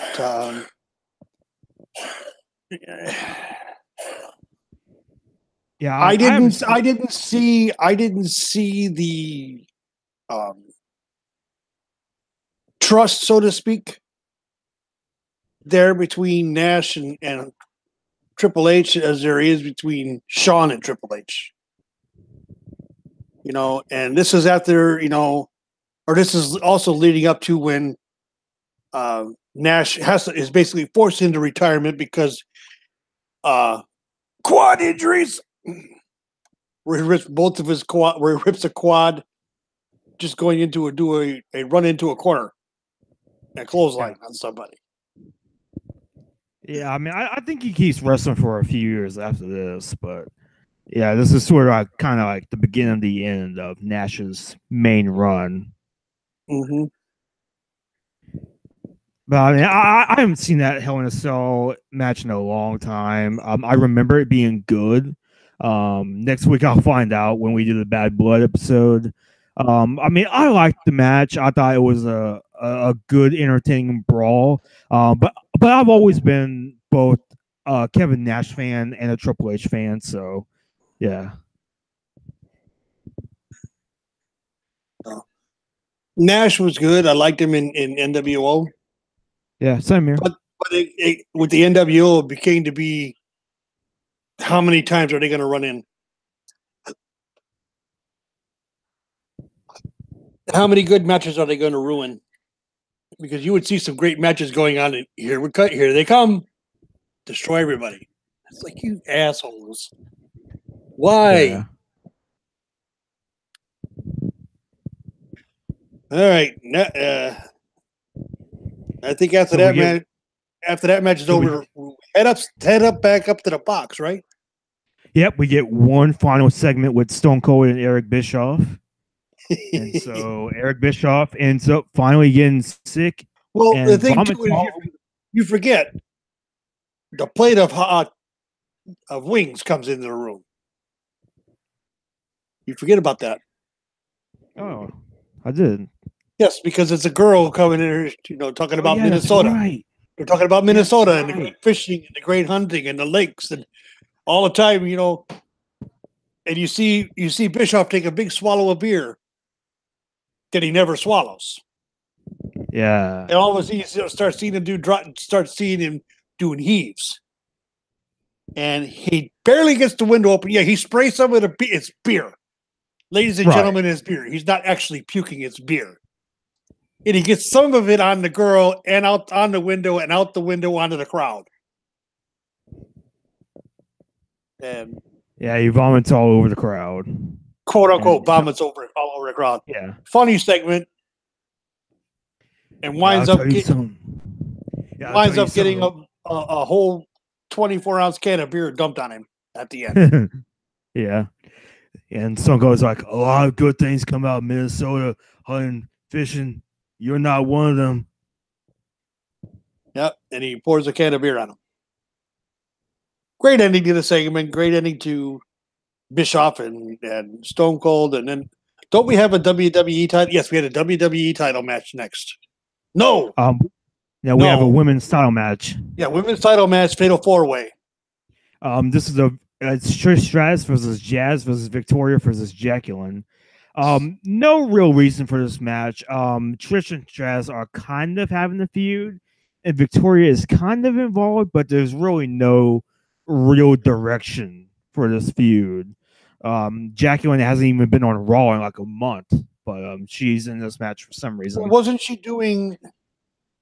doing Tough Enough during that time? I don't think she was on Tough Enough 3. I think she was on like the first couple of seasons. I'll have to check. She did make an appearance on Tough Enough 3, but I don't think she was one of the main trainers. Okay, I can't remember because I know she had done a few of them. Yeah, I think she did like either the first, second, or both first, or both the first 2 seasons. Which, out of that whole thing, we've gotten what out of all the years they've done it, they've gotten what 2 that have really made it. Yeah. One of them is The Miz, and he was a runner-up. And that's why that show was canceled. And another one was out of the last group is Patrick Clark. And John Morrison as well in Tough Enough 3. John Morrison actually won Tough Enough 3. Right.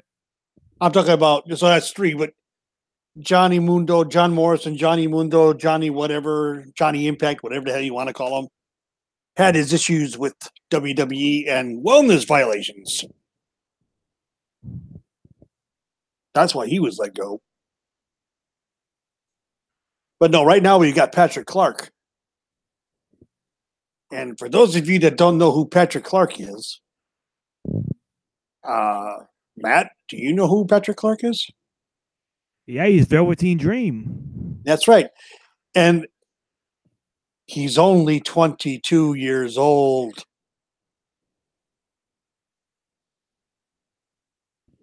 That says something for this guy in general. His character work is brilliant. His in-ring skills are amazing. And he's only 22 years old.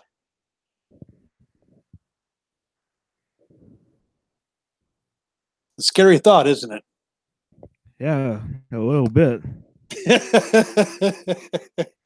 gonna be like a year older than him tomorrow.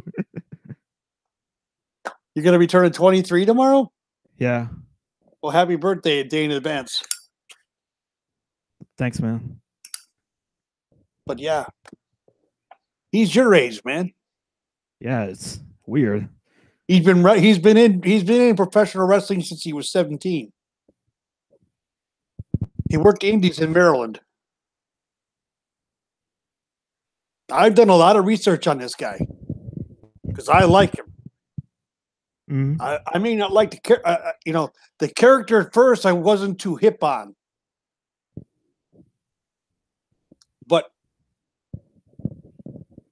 Patrick Clark has made it his own.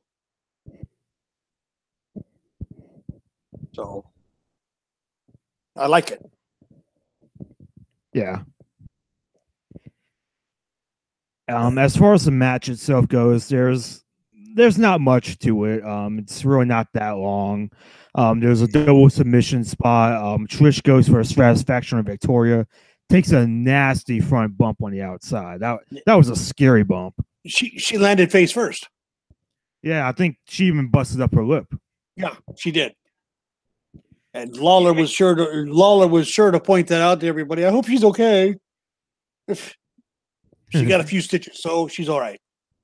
Yeah, like a lot of people got cut up tonight. Did you Chris notice Jericho got cut up. Yeah. I don't know how that happened. Yeah, me neither. I don't know how that happened either. And Brian Kendrick also got cut up as well, like near his eye. Yeah. In the opening match. Like so many people getting cut up tonight. Yeah. And then there's what? The Jazz ends up retaining a DDT on Jacqueline. Yeah. Which looked like she literally dropped her on the top of her head. Yeah. It was a fine match. It was a solid match. I do wish they had gotten more time. I do wish they had a proper storyline going into it. But overall, I thought it was a solid match. Yeah, that's true. It was a solid match, but I was never big on Jazz. I always liked Jazz.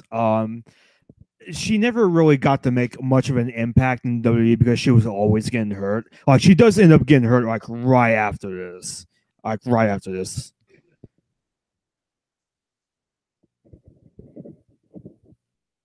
Yeah, I mean Jazz does end up getting injured right after this. So she does end up dropping the title in the Battle Royal to the debuting Gail Kim.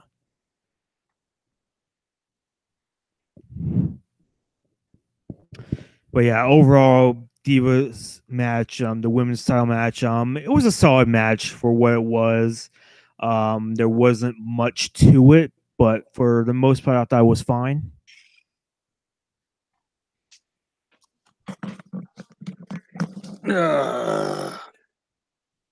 So, you still here? Oh yeah, I'm still here. Sorry. Now, that's fine.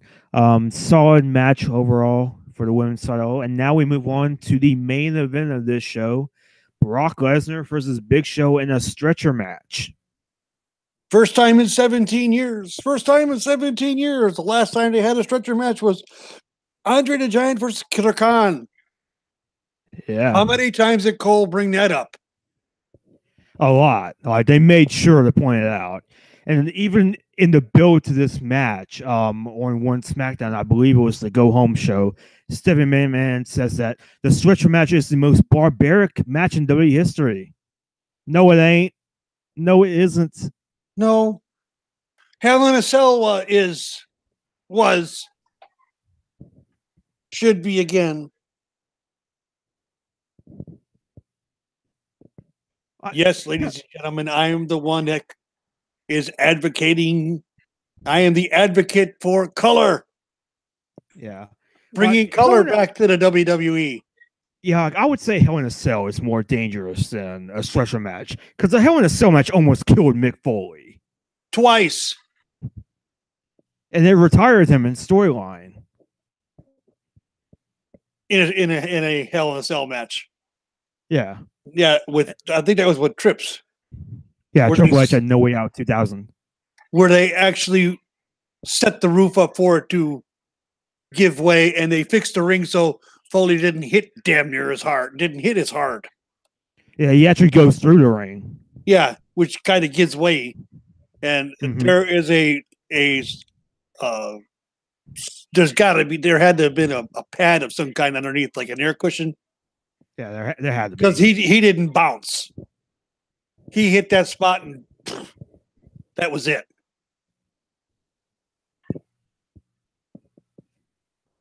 Yeah, not once but twice, ladies and gentlemen. Undertaker on a planned spot threw him off the cell through the announce table in front of JR and King. And neither one of them knew that was coming. The other one was a choke slam that the roof gave way. Unplanned spot. That damn near did kill Mick Foley. Like he said, he didn't know where he was for 5 minutes. That 5 minutes after that. So yeah. Everybody was King is right. That's it. He's dead. Because they had literally thought that they killed him. Yeah, the stretcher match was the most barbaric until Hell in a Cell was created by your friend and mine, The Undertaker.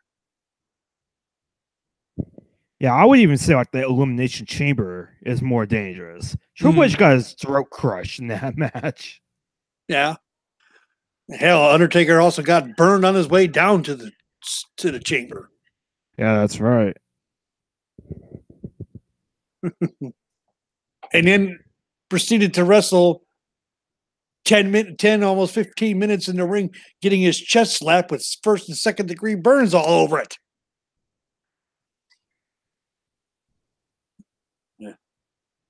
Yeah. Anyway. Solid match, I thought. Yeah, I will say that I actually think this match was better than I thought it was going to be. I thought it was going to be really boring, and at times it was, but I think for the most part, I thought it was a good brawl. They used the stretcher itself. Like there's like 3 or 4 stretchers around ringside, and they use like all of them against each other. Brock at one point like chokes Big Show out and tries to push him on the stretcher. With the cables around his throat. Yeah, but he doesn't take the cables off, and so Big Show doesn't go. And the announcers try to play off like Big Show's too big.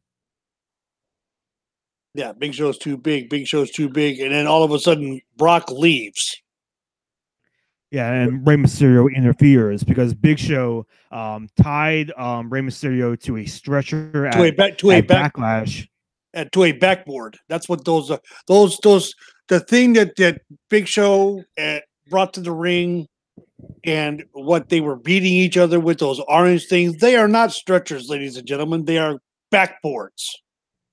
They are used to keep your back straight. Trust me, I've been on one. Yeah. Motorcycle accident 1996.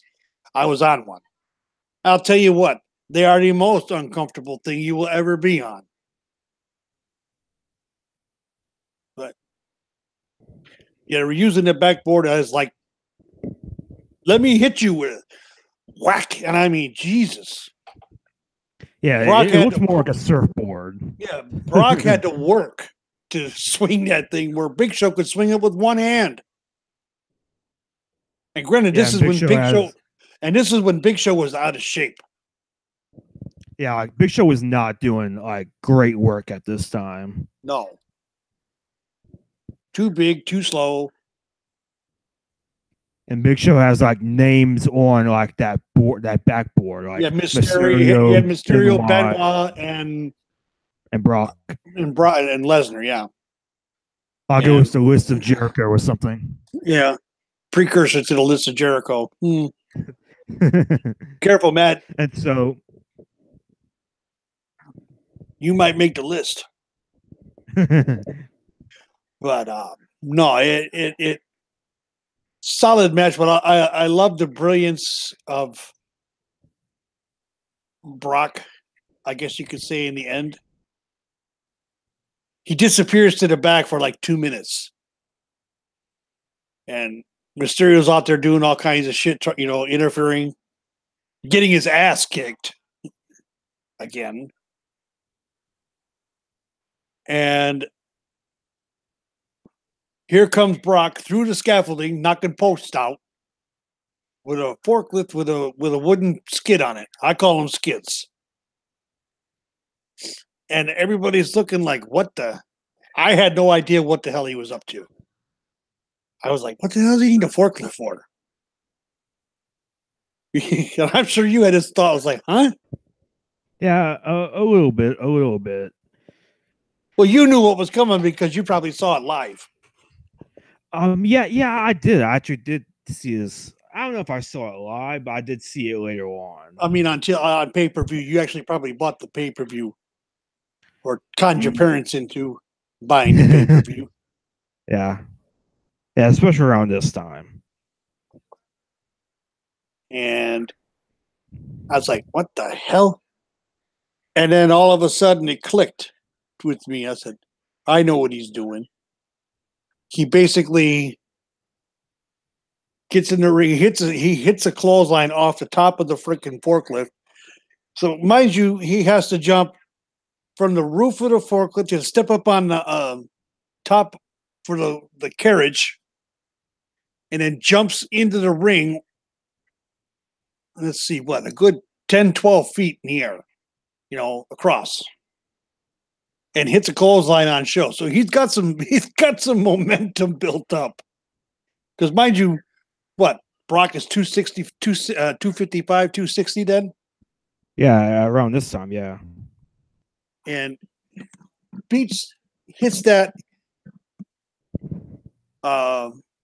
picks him up, I think he picks him up and body slams him. Or no, he suplexes him, then he picks him up and F5s him, but Show sells the AA. Yeah, it looks like an AA. He basically, how he's able to jump off of that guy's shoulders in midair, that big of a dude. I still don't, I never did figure that out.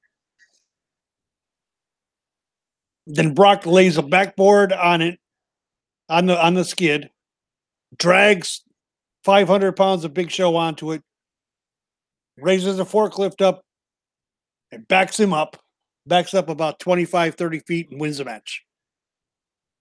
Yay, babies are being tossed in the air. Pay-per-view ended on a good note. Everybody's going home happy. Brock Lesnar wins. Yeah, the forklift was when I first saw it, I was not expecting that. And I'm like, Brock can just carry him up. I mean, come on. I'm sure he could have. Yeah. But I'm sure they wanted like a dramatic kind of thing. Like an over the top kind of thing. Yeah, it was over the top, all right. Technically not a stretcher, but Brock cheated. Brock cheated. But hey, even then he was Vince's boy. But did you notice the ring attire that Brock was wearing? Yeah, I did. Actual trunks. Yeah, actual trunks. So this was back when Brock would actually work. Right. Brock today don't want to work. I mean, this was one of Brock's best, or one of Brock's better matches at this time. Because I think the last Brock match that I actually liked, it actually was Big Show at Survivor Series. Granted, that was a 4-minute match, but still. Yeah. But Brock, Show will always try to make you look good. Yeah. That was one thing about Show. Just too bad he got forced into retirement like he did. With his hip and then the infections and all that stuff. I don't think he'll be back in ring anymore. His body's breaking down, and that's to be expected. Granted, he had the surgery, but he suffered from acromegaly like Andre the Giant. So, anywho, that was Judgment Day. Uh-oh, I think I'm alone here. No, I'm here. Oh, okay, God, you're awful. What are you doing? Writing up the posting for the nightly? Yeah, I'm doing that. I'm also doing the podcast. So I'm pulling double duty here. Oh, that's why there's dead air. Yeah, I can't. Sorry. Yeah, sorry about that. That's something that drives me nuts. Yeah, sorry about that. Yeah, it's not. That's fine. That was Judgment Day. Yeah. Overall rating, overall grade for me, C-. Yeah. What'd you think about it overall? Are there any matches you liked, disliked? The ladder match was good. Like I said, that was the best match of the night as far as I'm concerned. Yeah. One of the there's a backstage segment with Matt Helms and Hogan. Yeah, Gregory Helms and I should say Gregory Helms. I don't know Matt Helms. Okay, that was a television show from the late 70s. Never mind. That tells you how old I am. But yeah, it was like I said, overall show C-, D+, right on the border. You could go one way or the other. Just depends on how I feel at the moment. Yeah, this show was pretty bad. There was one good match here, the ladder match. There were also a couple of solid matches here and there. The women's title match I liked. The world title match I liked. Even the stretcher match was pretty solid. But this wasn't a great pay-per-view at all. I thought Backlash was better than this, honestly. Backlash I thought was a solid show.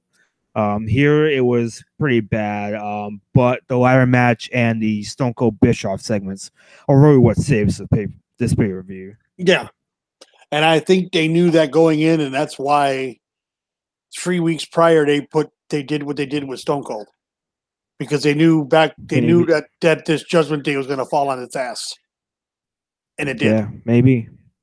For the most part, the pay-per-view fell on its face. That's my opinion on it. This pay-per-view basically fell on its face. Yeah. Not the most memorable pay-per-view. No, it wasn't. And like I told you today, I was not going to be nice about it because I'm very critical of certain things, and I'm a guy that likes solid chain wrestling, the occasional high spot. But when you can't even do chain wrestling right, which this was the time around, it started changing more into the high spots and less away from chain wrestling. So it seemed like a lot of people were confused as to what the hell was going to do. And you could actually see the confusion going on in the ring. And that is something, unfortunately, that we even have today. There is still a lot of confusion in the ring today as to what's going to happen. Are we going to chain wrestle? Because they'll start with the chain wrestling, then all of a sudden they start going high spot to high spot to high spot to high spot. And it's like, come on, people. The human body cannot take that much abuse in a 10-minute match. Nobody can. Right.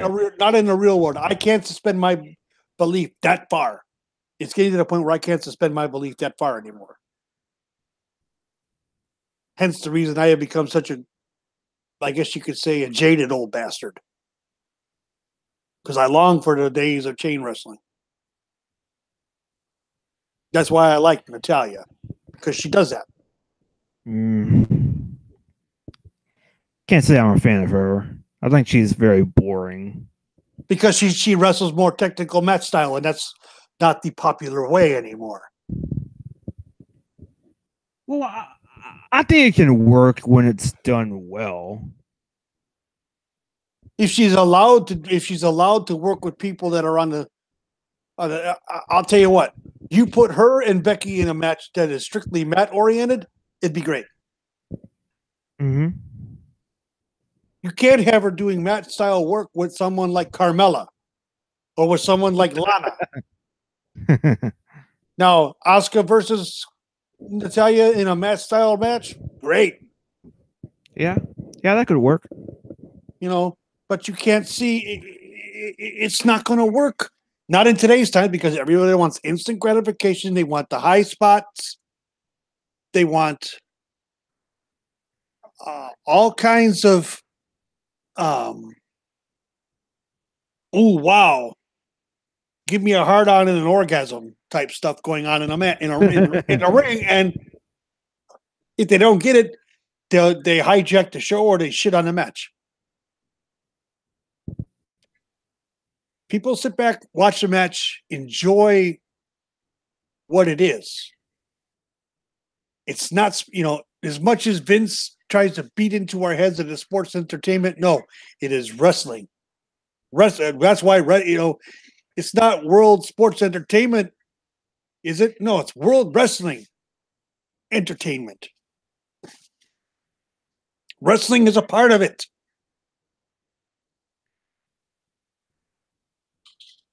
Wrestling is a part of it. And it always will be. And I've gone on a rant long enough. Yeah, I think that just about ends Judgment Day 2003. Any final thoughts on this show? I won't watch it again. Yeah. And if you ever ask me to do another pay-per-view like this again, I'll shoot you.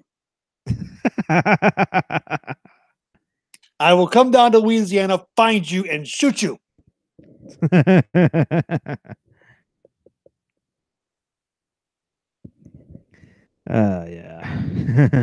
I've been in the town. I've been in the town that you live in. If it's correct what you told me, the initials are BR, and I've stayed at the Holiday Inn Express there before. Yeah, that's close by. It's close by. You know exactly where I was at. Yeah, I believe so, because I think I've been there a couple times before. It's been a while though. All right. Anyway, let's wrap this up, shall we? Yeah, let's go ahead. So where can they find you at? You can find me on Twitter, of course, at Takers_Minion. Give me a follow there. You can also find me tomorrow morning at 11 a.m. Eastern, 10 a.m. Central with my partner in crime, Mr. Dr. Senju, for Shootin da Breeze. We will be discussing not so extreme rules and the abortion that it was. Or so I've been hearing. I've yet to watch it, and I've got to watch it before I do the show tomorrow. Probably watch it after sumo tonight. And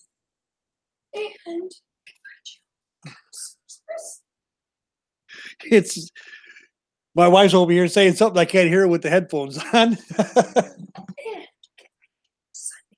And you can find me on Sunday nights, of course, on Connoisseurs of Wrestling with Biff Kensington III and my lovely wife, Legends Lover. We will be. Well, I'm not going to break I can't break kayfabe. We're going to be talking about another legend. Someone whose name may have come up today. And that's Sunday nights at 9 p.m. Eastern, 8 Central. except on the weekend, on the Sunday nights. We are not live on the Sunday nights that WWE has pay-per-views. We do not wish to interrupt your enjoyment of WWE pay-per-views. Where can they find you, Mr. Matt? So the connoisseurs of wrestling topic is going to be a secret, eh? It's a secret. It's going to be Becky Lynch, isn't it? It's going to be who? Becky Lynch. No. No. Connoisseurs of wrestling is about the history of the business, history of wrestling. We have covered AWA matches. We've covered legends from the AWA like Nick Bockwinkel. Go back and look. I mean, we've got everything on the archives there. We've covered WCW. Hell, we've covered Bobby Heenan, Bruno. We talked about the Orton family last month when it was All Father's Day. We talked about the families that have second and third generations in professional wrestling. And a lot of people, you hear Orton's a second generation. Beg to differ. He's a third. Randy is third generation professional wrestler. His grandfather and his father before him were both wrestlers. So it's a history show. So Becky's not old enough to be part of the history yet. Well, I'm waiting for the Iconics and Becky to go into your Hall of Fame. That's all I'm saying. You might as well wait about 30 years. You're going to have to wait about 30 years, buddy. Speaking of Hall of Fame, the voting is out there for the Final Four. And I have voted. And I believe it's Ric Flair, Ric Flair, Dusty Rhodes, Randy Savage, Stone Cold Steve Austin. Let's go Stone Cold. Last I checked, Flair was leading the way. Let me look that up real fast so I can give an update on that. Yeah, I can do my plugs while you do that. Okay, go ahead. You can find me on Twitter at MelMat15. I'm also on Cage Side Seats, hang out in the daily and the nightly, as well as the SmackDown threads and the NXT threads. I'm currently writing the nightly right now. I just put it up, so it's open. And I'm currently going through all these Summer Slams and doing a SummerSlam Summer Fest series for SummerSlam, going through all those SummerSlams and reviewing them one by one. Tonight was SummerSlam 1993, which was a solid pay-per-view. It was actually better than I thought it was going to be. So that's happening in the nightly, so definitely check it out. So yeah. Okay. Polling as of tonight, 20 after 10:20 p.m., Friday the 20th. In the lead is Nature Boy Ric Flair with 50% of the vote. Second is Stone Cold with 24. Third is Macho Man with 20. And last is The Dream with 6. So a major drop-off between 1 and 2. Come on, people, vote for Stone Cold.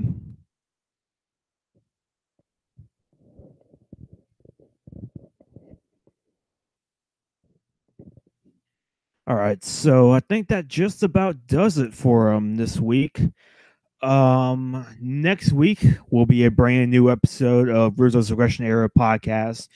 Next week we will be covering Bad Blood 2003, the first ever Raw exclusive pay-per-view. Kevin Nash, Triple H, and Hell in a Cell. Christian versus Booker T for the Intercontinental title. Redneck Triathlon with Bischoff and Stone Cold. So That sounds fun. Did you heard the numbers I gave, right? Yeah, I think so. Okay, because I said it's gonna be interesting to say the least. It's looking like we know who's going in next month. Yep, indeed. Unless you guys pick up Stone Cold. But anyway, I'm sorry to have interrupted you. Oh, that's fine. So next week is going to be Bad Blood 2003 on the podcast. Redneck Triathlon with Stone Cold and Bischoff. Hell in a Cell with Triple H and Nash. A lot of things going on there. As far as who the guest is going to be, I haven't been able to 100% confirm it, but I'm going to try and get Don Sal Kuzmano back on. He was on for Survivor Series 2002. I'm going to try and get him back on. We've been in talks. It just depends on his schedule, but it is looking like he will be on the show, hopefully. So hopefully that will happen. So next week, new episode, Bad Blood 2003. So that is all for this episode. Anything else? No, I got nothing else. All right, so that is all for the Ruthless Aggression Era podcast this week. Next week is Bad Blood 2003. But for now, I will see you next time. See ya. Later.